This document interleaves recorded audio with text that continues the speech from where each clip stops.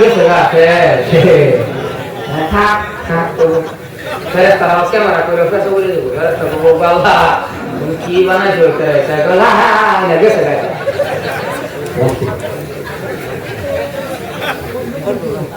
লম্বা করতাম না লম্বা কি বল আরেকটু লম্বা করতাম নাকি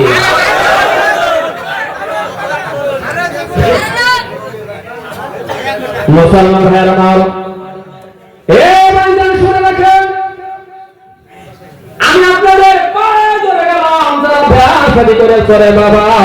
প্রত্যেক শুক্রবারে হোক যেই দিনই হোক মাঝে মাঝে আপন স্ত্রীর সাথে এক খেলার মধ্যে বয়ে ভাত খাইবা আল্লাহ পাক মুহাব্বত বাড়ায়া দিব লালি সরবের কথা না মাস্তা মাসুল লালি সরবের কথা না যদি কোন দিনের বেডে নিয়া এমন সানিরাত করে একটা দৌড় মারাতা হয় তাহলে খালি মনে করবেন যে মা ইচ্ছা হলে নবী যে একদিন দৌড় দিছি এই কথা মনে করে যদি দৌড় দিতে হবে এটা একটা সুন্নাত আদায় হয়ে গেছে কিন্তু বলে দিন আরো লোক বাড়বে এটার মধ্যে আবার নেন আছে বলে দিন আনি আরো লোক আরেকদিন আনি যেটু লাগবো তাহলে গিয়ে সুন্নতের মধ্যে বেড়ে যাবে কিন্তু আমরা এটা নেন না সাফা কই দেন অসুবিধা হইতেছে নাকি এবার বাইরে গেলে আর হবে মাঝে মাঝে এক খালি দিয়ে বাড়তে হবে কথা বুঝছেন কি বললাম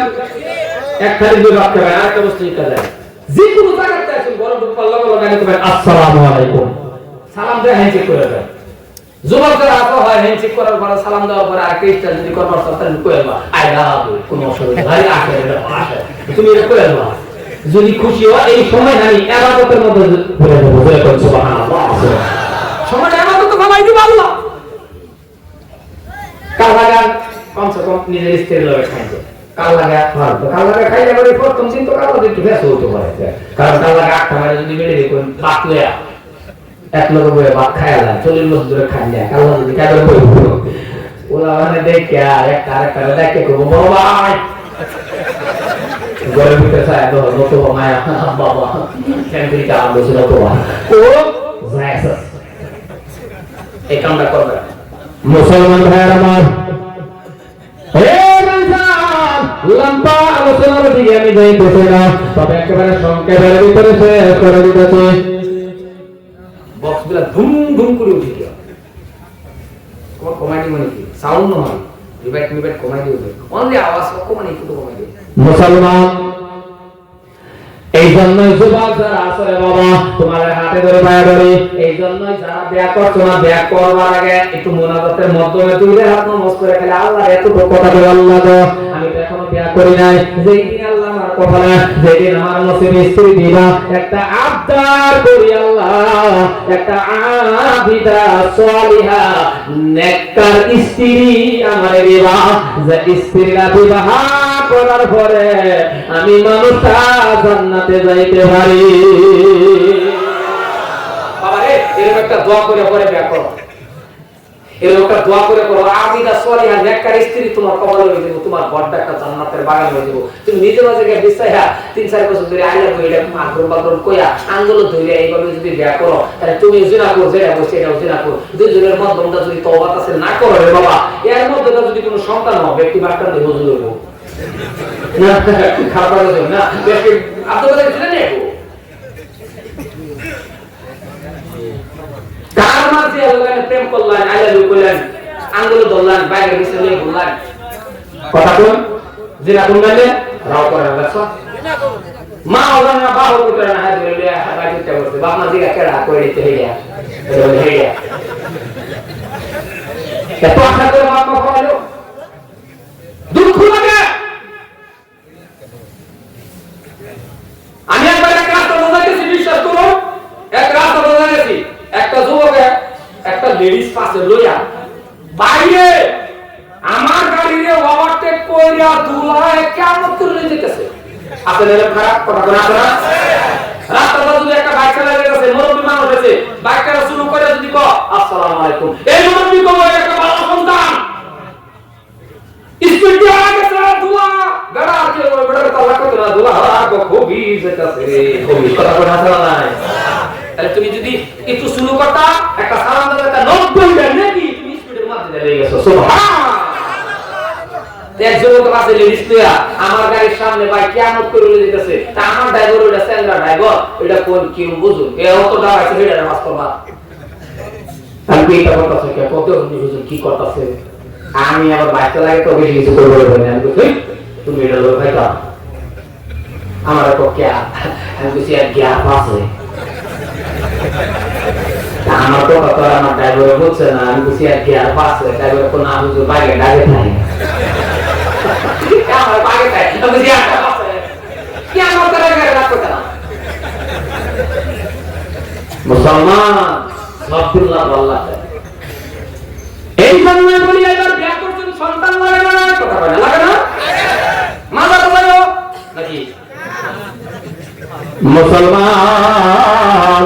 মুনাজাতের মাধ্যমে বলো রব্বি হাবলি মিনাস সালিহিন এই দোয়াটা বড় যদি না হলো বাংলায় পাও আবিদা সালিহান একটা সন্তান আল্লাহর কাছে দাও ছেলে চাইও না মেয়েও চাইও না খালি নেক সন্তান চাও এমন সন্তান দিব যেই সন্তানের ওসিলা করে তুমি জান্নাতে যাইতে পারবা এই জন্যই বললেন আজকে আমি বাস মসজিদ পড়া বিয়ে বাস গাঁও পড়া হাই সেকেন্ডারি বাস বস্তির মধ্যে অনেক কিন্তু আমি এইসব বাধা করি না হাই সেকেন্ডারি বাস করছো ভালো কথা এমএ পাস ভালো কথা কিন্তু আমার একটা প্রশ্ন খারাপ হয় না তুমি হাই সেকেন্ডারি পাস করলা এমএ পাস করলা বিএ পাস করলা এতগুলো কিতাব পড়লা রে বাবা আলমারি ভর্তি করে নিলা ও মুসলমান এতগুলো কিতাব পড়ার পরে তুমি কেন আল্লাহর কালামুল্লাহ শরীফটা পারো না তার মানে বোঝা গেল তোমার মতন কপাল ভরা মুসলমান না এতগুলো কিতাব পড়লো এমএ পাস করলে কি থোড়া কিতাব 10টা সূরা পড়া আর যদি তুমি এমএ পাস করছো কুরআন শরীফটা শুদ্ধ করে পড়তে পারো মাসা মাসাইল অতটুকু তুমি শিখতে পারছো রে বাবা জানাজার নামাজটাও তুমি পড়াইতে পারছো তাহলে এমএ পাস হবে না কত তোমার এমএ পাসের দাম আছে কারণ তুমি এমএ পাসের কত দাম ও বিএ পাস তুমি বিএ পাসের কত দাম শুনে নাও তুমি এমএ পাস করার পর জানাজা পড়াইতে পারো তাহলে চিন্তা নাই কারণ একদিন না একদিন তোমার বাবা মারা যাবে একদিন না একদিন তুমি মারা যাবে একদিন না একদিন তোমার মা মারা যাবে ও মুসলমান যদি আপনার বাবা মারা যায় এমএ পাস করার পরেও আপনার একটা জানা আছে আমি জানাজার নামাজ পড়াইতে পারি তাহলে চিন্তা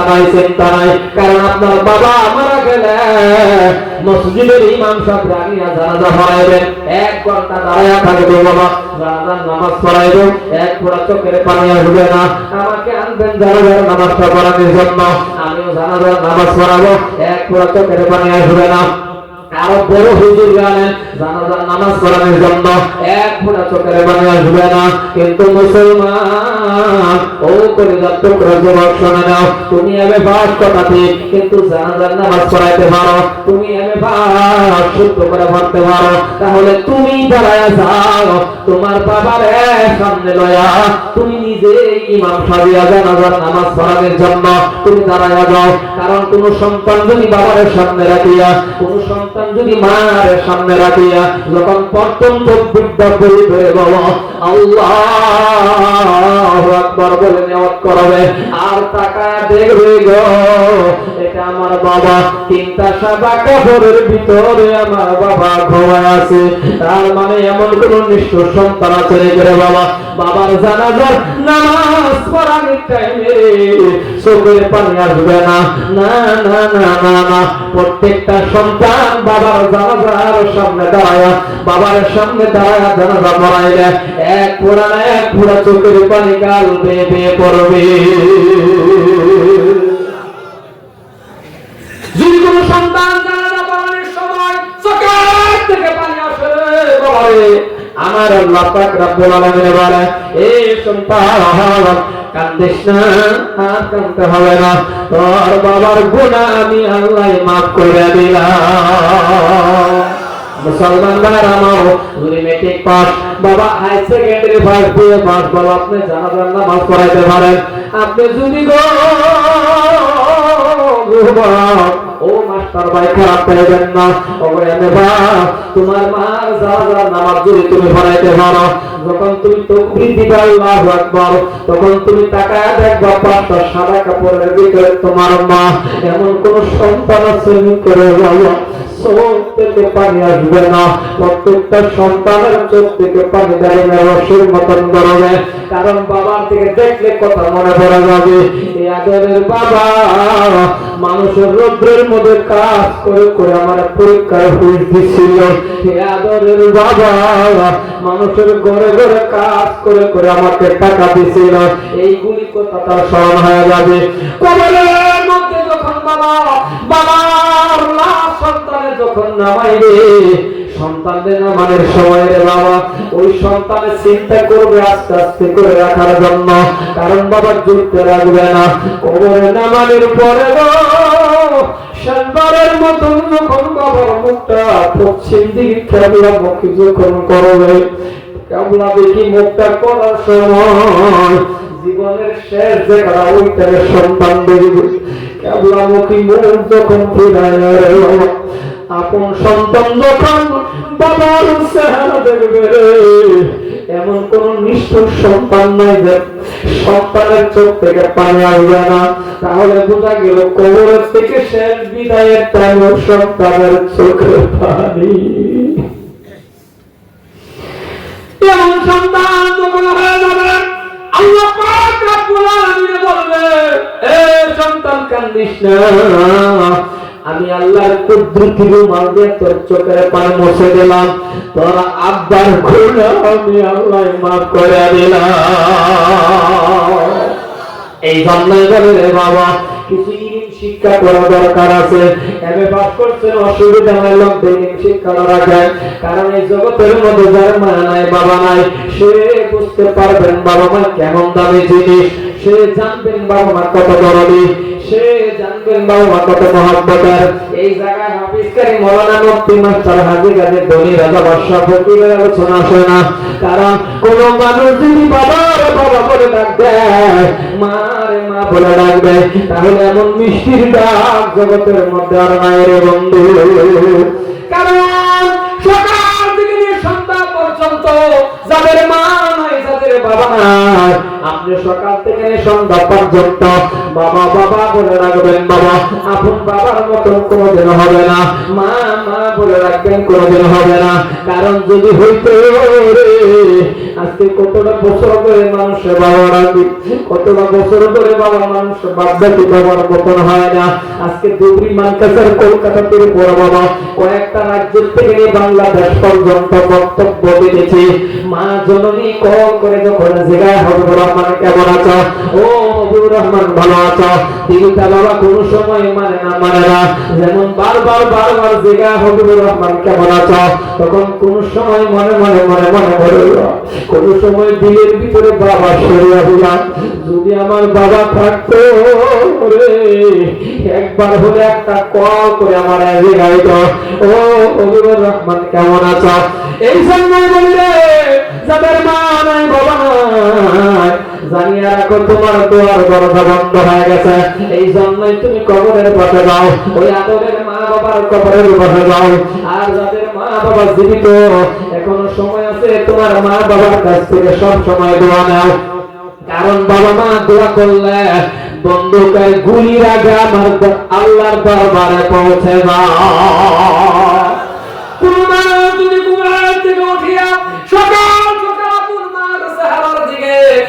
একবার তাকায় যদি ডাক দিতে পারেন আপনি মা,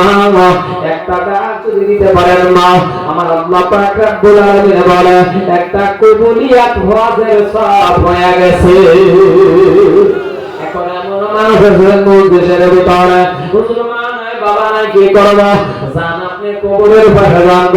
কিছু জানেন বা না জানেন এমন ভাবে হাত তোলেন, ও মুরব্বি বাবা, ও সুবহানাল্লাহ, কিছু জানেন বা না জানেন এমনি হাত তুলে বলেন আল্লাহ গো,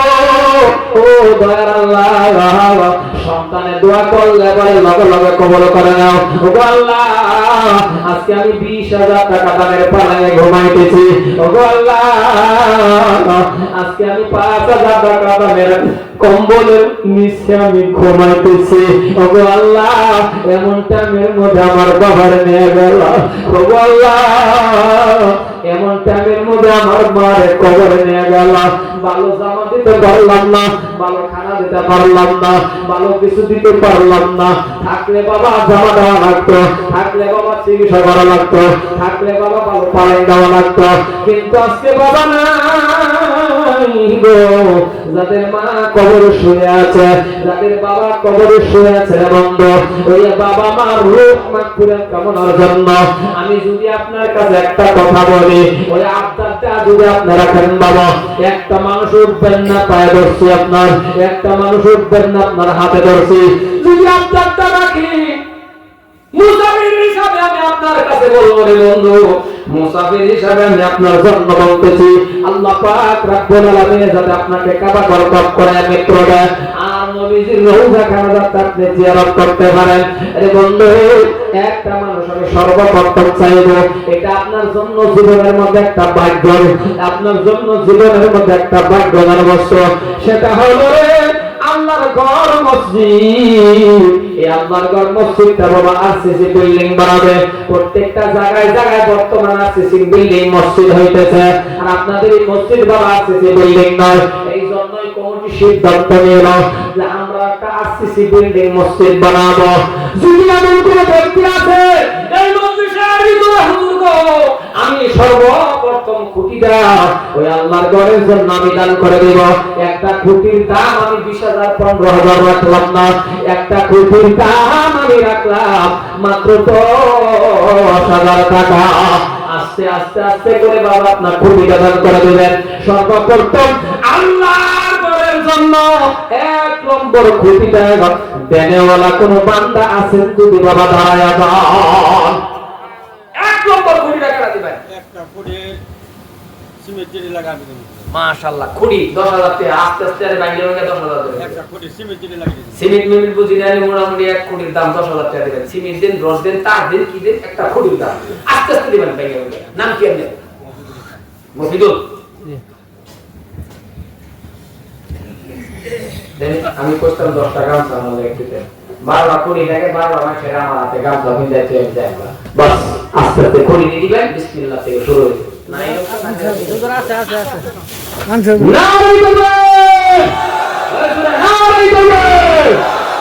আয় আল্লাহ, মফিদুল নাম আল্লাহ তোমার বান্দা ছিল, 1 নম্বর কোটি আল্লাহ দান করিল। আল্লাহ মফিদুল ইসলামের জান্নাত কবুল করে দাও, মফিদুলের মা বাবার মাফ করে দাও, মফিদুল